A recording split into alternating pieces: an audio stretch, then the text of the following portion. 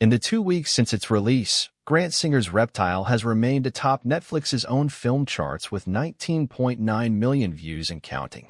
The Benicio Del Toro-led crime thriller is Singer's feature directorial debut after nearly a decade of making inventive music videos for the likes of The Weeknd, Lorde and Ariana Grande.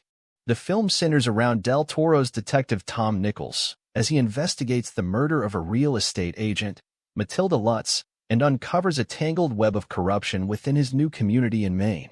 At a time when crime dramas and murder mysteries are still immensely popular, especially on Netflix, Singer, along with his co-writers Benjamin Brewer and Del Toro himself, knew that they had to work overtime to keep viewers on their toes. Audiences now are very advanced in their understanding of these stories because there have been so many great crime thrillers and mysteries in this genre, Singer tells The Hollywood Reporter. It's almost like you're playing poker with very smart people who can read your hand. So we tried to create a more complicated portrait of this relationship and also of these people. Below, during a recent conversation with THR, Singer discusses the Excess Baggage, 1997, reunion between Del Toro and Alicia Silverstone, before addressing spoilers for the ending. To start with your prior work in music videos, was there a particular video where you knew you were then ready to make the leap to features? I don't know if there was one in particular, but there was a series of stuff, like The Weeknd's The Hills and Can't Feel My Face. That year 2015, I also did a Skrillex video with Anya Taylor-Joy. Doing these ambitious music videos felt like I was building to something. I felt like I was getting enough experience under my belt that, perhaps, with the right opportunity, I could take this leap and dip my toes into making movies. First and foremost, I'm one of the biggest David Fincher fans on the planet.